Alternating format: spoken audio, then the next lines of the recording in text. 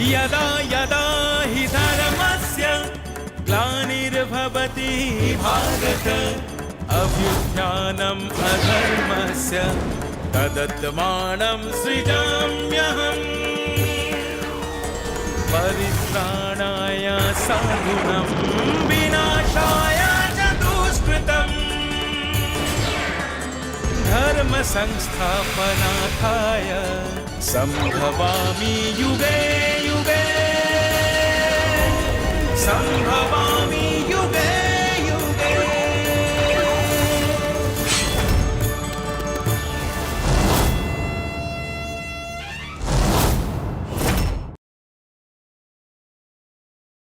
আমি বিশ্ব হস্তিনাপুর রাজ পরিবারের এই মহাকাব্যিক কাহিনীতে আমি এক সুদীর্ঘ সময় বাস করেছি। আমার এই দীর্ঘ অভিজ্ঞতার উপলব্ধি দিয়ে বলতে পারি, অনাগত সময়কে বোঝা না গেলেও সময়ের ইঙ্গিতকে বুঝে নিতে হয়। বর্তমান সময়ের নিরিখে ভবিষ্যৎকে যাচাই করতে হয়, আত্মবিশ্লেষণ করতে হয়।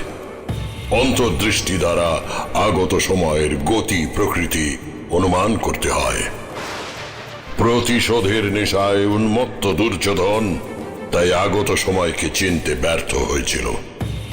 তাই বারংবার পাণ্ডবদের কাছে পরাজিত হওয়ার পরেও দুর্যোধন উন্মাদের মতো চেষ্টা করে গেছে পাণ্ডবদের ধ্বংসের।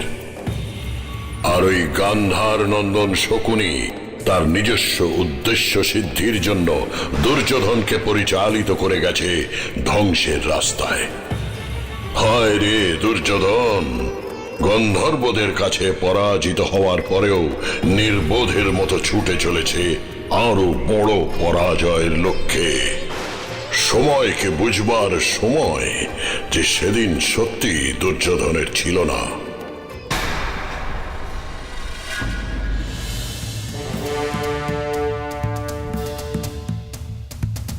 প্রণাম মহারাজ। দীর্ঘজীবী হও পুত্র। প্রণাম পিতামহ বিশ্ব। তোমার মঙ্গল হোক দুর্যোধন। পুত্র পুত্র, তোমাকে ফিরে পেয়ে আজ আমি বড়ই আনন্দিত। তুমি জানো তোমার মাতা গান্ধারী আর আমি তোমার জন্য কত দুশ্চিন্তা করছিলাম। যাক যাক, ঈশ্বরের কৃপায় তোমাকে সুস্থ আর সবল রূপে আবারও ফিরে পেয়েছি আমরা। আমি আমি দেবতাদের প্রতি সত্যি সত্যি কৃতজ্ঞ। শুধু দেবতাদের প্রতি কৃতজ্ঞ হবেন না মহারাজ, ভুলে যাবেন না পাণ্ডব পুত্রেরা সাহায্যের জন্য অগ্রসর না হলে আপনি যুবরাজ দুর্যোধনকে ফিরে পেতেন না। আপনার এই কথার সাথে আমিও সম্পূর্ণরূপে একমত তাতশ্রী। তাহলে আপনি আমার সাথে এই বিষয়েও নিশ্চয়ই সহমত পোষণ করবেন যে আমার পরামর্শ শুনে যুবরাজ দুর্যোধন যদি দ্বৈত বনে গমন না করত তাহলে কোনো বিপদেই ওকে পড়তে হতো না। পিতামহ! মনে রেখো দুর্যোধন, উচ্চস্বরে কথা বললেই সত্য কখনো মিথ্যা হয়ে যায় না, অথবা মিথ্যে সত্যি হয়ে যায় না। তাই আমি আবার তোমাকে বলছি, তোমার নিজের মঙ্গলের জন্য, গোটা হস্তিনাপুরের মঙ্গলের জন্য তুমি গান্ধার রাজ শকুনি ও সুতপুত্র কর্ণের দুষ্ট সঙ্গ ত্যাগ করো। মহাত্মা যুধিষ্ঠির সহ সব পাণ্ডব ভ্রাতাদের সাথে সন্ধি করে নাও, এতেই আমাদের সকলের মঙ্গল। আপনার এই কথা বলতে এতটুকু সংকোচ হচ্ছে না পিতামহ? আপনি নিজে একজন ক্ষত্রিয় হয়ে আরেকজন ক্ষত্রিয়কে বলছেন বিনা যুদ্ধে শত্রুর সঙ্গে সন্ধি স্থাপন করতে। হ্যাঁ বলছি, কারণ পাণ্ডবরা যদি তোমার প্রকৃত শত্রুই হতো তাহলে ওরা কখনোই তোমাকে ওই মায়াবী গন্ধর্বরাজ চিত্রসেনের হাত থেকে রক্ষা করত না। আর একটা কথা ভুলে যেও না দুর্যোধন, যে সুতপুত্র কর্ণের বর্ষায় তুমি সর্বশ্রেষ্ঠ ধনুর্বর অর্জুনকে পরাস্ত করবে ভাবছ, সেই সুতপুত্র কর্ণ নিজেই গন্ধর্বদের সাথে যুদ্ধে যুদ্ধভূমি থেকে পলায়ন করেছিল। তাই আমি আবার বলছি, কুলের বৃদ্ধি ও রক্ষার জন্য পাণ্ডবদের সাথে সন্ধি করাই তোমার পক্ষে মঙ্গলের।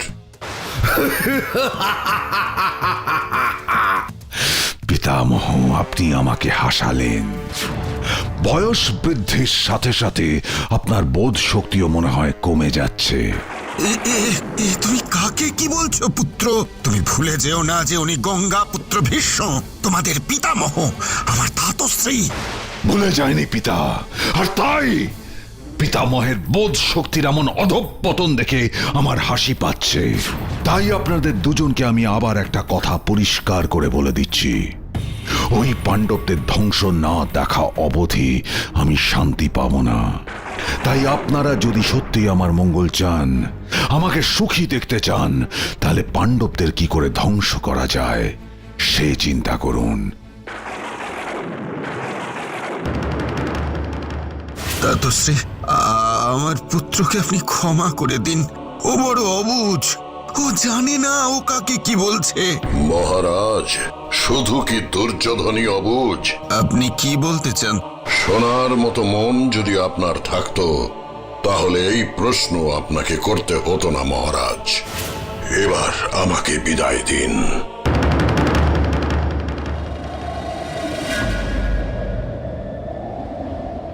ভাগ্নে, পিতামহ ভীষ্মের কথায় রাগ করো না।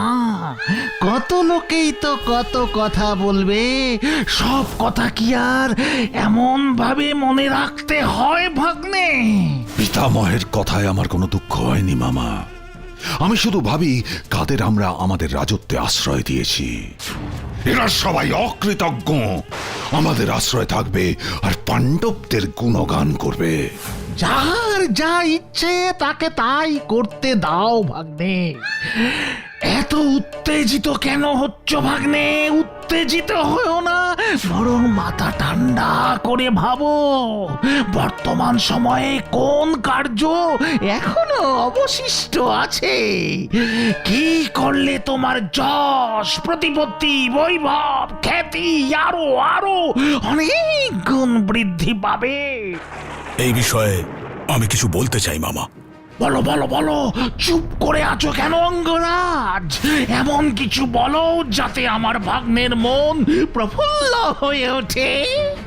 শোনো মিত্র দুর্যোধন, তুমি বিলক্ষণ জানো যে পাণ্ডব জ্যেষ্ঠ যুধিষ্ঠিরের খ্যাতি দেশ হতে দেশান্তরে এত দ্রুত ছড়িয়ে পড়ার পিছনের সবচেয়ে বড় কারণ হলো কি কি কারণ? যুধিষ্ঠিরের রাজসূয় যজ্ঞ। অঙ্গরাজ কর্ণ একদম ঠিক কথা বলেছে ভাগ্নে। তুমিও নিশ্চয়ই জানো ওই রাজসূয় যজ্ঞের জন্যই বহু রাজা, ব্রাহ্মণ ও প্রজা এখনো যুধিষ্ঠিরের নামে ধন্য ধন্য করে।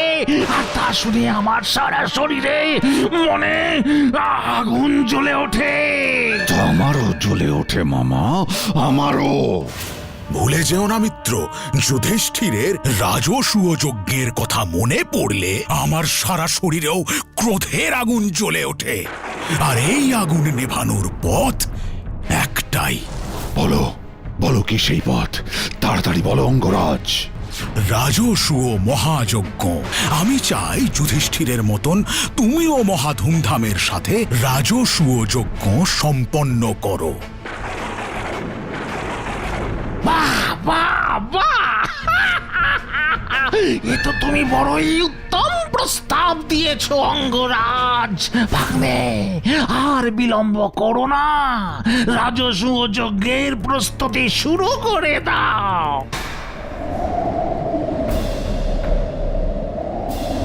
পুরোহিত মশাই, যুবরাজ দুর্যোধনের মনোবাঞ্ছা তো আপনি শুনলেন। এবার বলুন, কোন শুভ দিনে সেই রাজসূয় যজ্ঞের সূচনা করা হবে? আমাকে ক্ষমা করবেন গান্ধার রাজ, এই রাজসূয় যজ্ঞ করা সম্ভব নয়। কি আপনার এত বড় সাহস কি করে হয় আমার কথা অমান্য করার? ভাগ্নে, সব কথাতেই এত উত্তেজিত হতে নেই। পুরোহিত মশাইকে বলতে দাও কেন ওনার পক্ষে রাজসূয় যজ্ঞ করা সম্ভব হবে না। আমি বলতে চাইছি, জ্যেষ্ঠ পাণ্ডব যুধিষ্ঠির জীবিত থাকতে আপনার বংশে আর কেউ এই রাজসূয় যজ্ঞ করতে পারবেন না।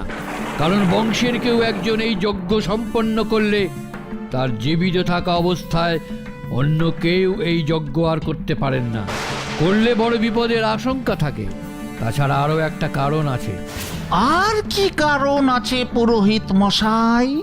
মহারাজ ধৃতরাষ্ট্র এখনো জীবিত ও দীর্ঘায়ু, তাই তার সন্তান হিসাবে যুবরাজ দুর্যোধনের এই যজ্ঞ করা শুভ ফলদায়ী হবে না। কিন্তু এই রাজসূয় যজ্ঞ তুল্য আরও একটি মহাযজ্ঞ আছে, যা যুবরাজ সম্পন্ন করে রাজসূয় যজ্ঞের সমান শুভ ফল লাভ করতে পারেন। কি সেই যজ্ঞ পুরোহিত মশাই? সেই মহান শুভ ফলদায়ী যজ্ঞকে শাস্ত্রে বৈষ্ণব যজ্ঞ বলে অবহিত করা হয়েছে অঙ্গরাজ কর্ণ। বৈষ্ণব যজ্ঞ? হ্যাঁ, কারণ স্বয়ং ভগবান বিষ্ণু একবার এই যজ্ঞ করেছিলেন, তারপর এই যজ্ঞ আর কেউ করেননি। বাহ বাহ বাহ, এ তো খুবই ভালো কথা। তাহলে ভগবান বিষ্ণুর পরে ধরাতলে আমার ভাগ্নে দুর্যোধনই হবে দ্বিতীয় ব্যক্তি যে এই বৈষ্ণব যজ্ঞ সম্পন্ন করবে। এটা ভেবেই তো আমার গর্বে বুক ফুলে যাচ্ছে ভাগ্নে। আর কিছু ভেবো না, আর কিছু ভেবো না। এখনই বৈষ্ণব যজ্ঞ সম্পন্ন করবার জন্য মনস্থির করে ফেলো। এমন সুযোগ বারবার আসে না ভাগ্নে। ভেবে দেখেছ, এই যজ্ঞ করলে একই সাথে দুটো লক্ষ্য তুমি পূরণ করতে পারবে। দুটো লক্ষ্য? কি কি লক্ষ্য মামা? রাজ্যবাসীর সামনে তুমি যেমন ধার্মিক রূপে নিজেকে প্রকাশ করতে পারবে, তেমনি প্রচুর অর্থ ব্যয়, প্রচুর দান দেন, প্রচুর অতিথিকে নিমন্ত্রণের দ্বারা তুমি তোমার বৈভব, ঐশ্বর্য, প্রতিপত্তি সব প্রদর্শন করতে পারবে। দ্বৈত বনে যে উদ্দেশ্য আমাদের ব্যর্থ হয়েছে, এই বৈষ্ণব যজ্ঞ করে সেই উদ্দেশ্য আমাদের সফল হবে। মিত্র, গান্ধার নরেশ একদম সঠিক কথাই বলেছেন। তুমি এক্ষুনি বৈষ্ণব যজ্ঞের প্রস্তুতি শুরু করে দাও। সে তো আমাকে করতেই হবে মিত্র কর্ণ। যেভাবেই হোক পাণ্ডবদের থেকে সর্বদিক থেকে আমাকে এগিয়ে থাকতেই হবে। মামা, তুমি হস্তিনাপুরের সব প্রজার জন্য দান ও উপহারের ব্যবস্থা করো। আমার অনুগত সব রাজাদের মহাবৈষ্ণব যজ্ঞে উপস্থিত থাকার নিমন্ত্রণ পত্র দূতদের দ্বারা পাঠানোর ব্যবস্থা করো। আমি চাই সবাই যেন আমার বৈষ্ণব যজ্ঞ দেখে যুধিষ্ঠিরের করা রাজসূয় যজ্ঞের কথা ভুলে যায়। সে তো ভুলে যাবেই ভাগ্নে। তুমি কোনো চিন্তা করো না, আমি এমন ব্যবস্থা করব যাতে সব প্রজারা আর আগত সব রাজারা শুধু তোমার নামেই জয়ধ্বনি দেয়। সবাই একসাথে বলবে, জয় দুর্যোধনের জয়। আকাশ বাতাস কেঁপে উঠবে তোমার জয়ধ্বনিতে।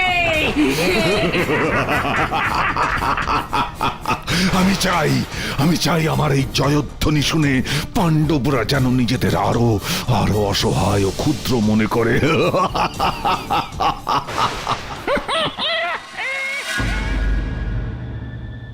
ভাগ্নে, বৈষ্ণব যজ্ঞের আয়োজন শুরু হয়ে গেছে। মিত্র রাজারা সব হস্তিনাপুরে আসতে শুরু করেছেন। এবার তুমি খুশি তো? না না না, যতক্ষণ না ওই পাণ্ডবদের এই আড়ম্বর পূর্ণ যজ্ঞ আমি দেখাতে পারছি, ততক্ষণ আমার মন শান্ত হচ্ছে না মামা। আমি সম্পূর্ণভাবে খুশি হতে পারছি না। সে আর কি এমন ব্যাপার ভাগ্নে, পাণ্ডবদের কাছে সংবাদ পাঠালেই হলো, ওরা চলে আসবে আর তোমার দীর্ঘদিনের বাসনা পূর্ণ হবে। কিন্তু পিতা কি তাতে রাজি হবেন? কেন কেন কেন হবেন না কেন? তুমি তো জানো মামা, মহারাজ সব কিছুতেই আমাকে সন্দেহ করেন। উনি যদি শোনেন আমি পাণ্ডবদের নিমন্ত্রণ করতে চাইছি, তাহলে মহারাজ আবার ভেবে বসবেন নিশ্চয়ই এর পিছনে আমাদের কোনো মন্দ উদ্দেশ্য আছে। না না না না না না না না না না, এসব নিয়ে তুমি চিন্তা করো না ভাগ্নে। এই সমস্যা সমাধানের জন্য আমার কাছে একটা ভালো পরিকল্পনা আছে। এরই মধ্যে আপনার পরিকল্পনা করা হয়ে গেল মামা? সমস্যাকে আগে থেকে দেখতে পাওয়াই তো আমার সবচেয়ে বড় ক্ষমতা অঙ্গরাজ। আর তাই তো সব সমস্যা সমাধানের পরিকল্পনা আমি আগে থেকেই করে রাখি। যেইভাবে পাশা খেলায় পাণ্ডবদের সর্বশান্ত করবার পরিকল্পনাও আমি আগে থেকেই করে রেখেছিলাম। বলো না মামা, তুমি কি পরিকল্পনা করেছো, বলো না। গান্ধাররাজ, আপনার সেই পরিকল্পনার কথা আমরাও জানতে চাই। বলবো বলবো, তোমাদেরই তো বলবো। ভাগ্নে, তোমরা ছাড়া আমার এত প্রিয় আর কে আছে বলো? বলছি শোনো।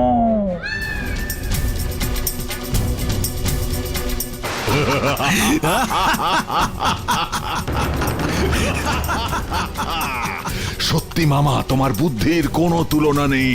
এটা করলে আমাদের ধর্ম রক্ষা হবে, আবার পাণ্ডবদেরও সম্মানহানি করা হবে।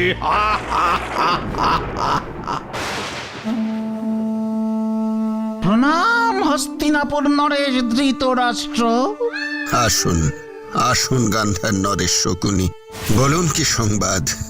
সংবাদ বড়ই সুখের মহারাজ। আপনি নিশ্চয়ই ইতিমধ্যে যুবরাজ দুর্যোধনের বৈষ্ণব যজ্ঞের প্রস্তুতির কথা শুনেছেন।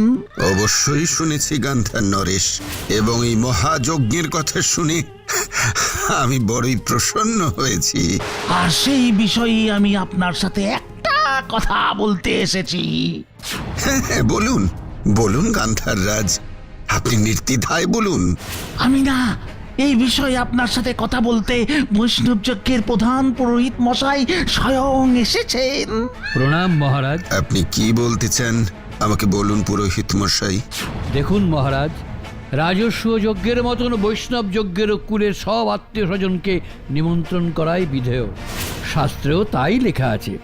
হ্যাঁ, সে তো অতি উত্তম প্রস্তাব। তা সবাইকে নিমন্ত্রণ করা হোক আসবার জন্যে।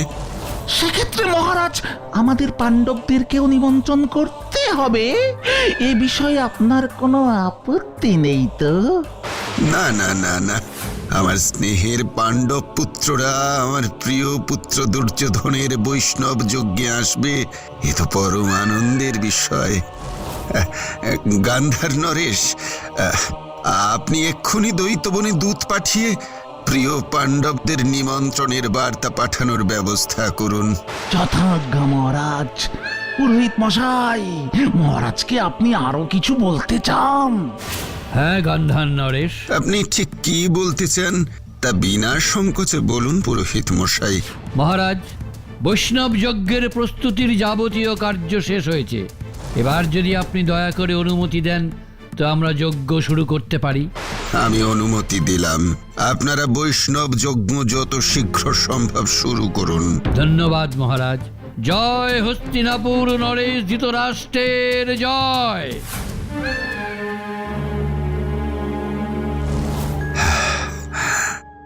এত দিনে মনে হয় বিধাতা আমার দিকে মুখ তুলে তাকিয়েছেন।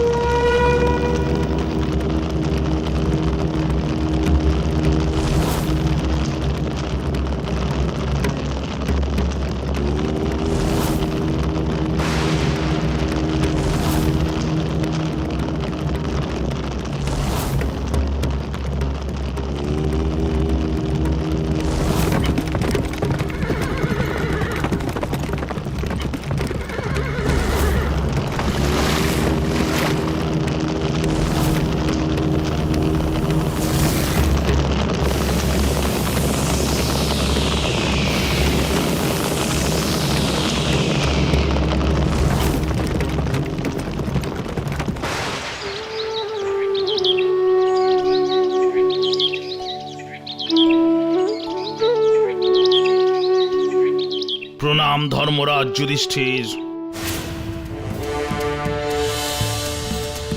কে তুমি? এখানে এসেছো কেন?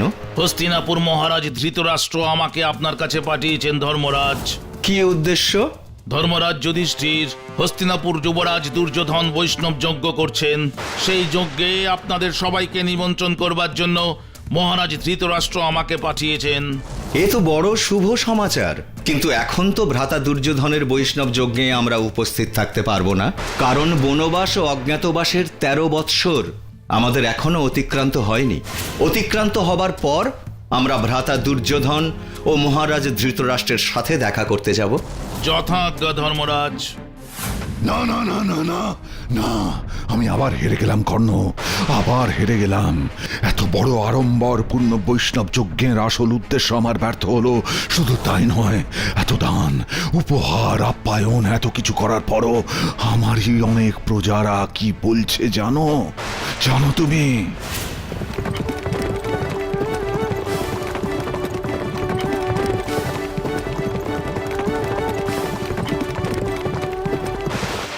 যাই বলো ভাই, যুবরাজ দুর্যোধন এত আয়োজন করে বৈষ্ণব যজ্ঞ করছেন বটে, কিন্তু এই যজ্ঞ ধর্মরাজ যুধিষ্ঠিরের রাজসূয় যজ্ঞের তুলনায় কিছুই নয়, কি বলো? আমারও তোমার মতো একই মত ভাই। ধর্মরাজ যুধিষ্ঠিরের রাজসূয় যুবরাজের বৈষ্ণব যজ্ঞের তুলনায় অনেক অনেক অনেক গুণ ভালো হয়েছিল।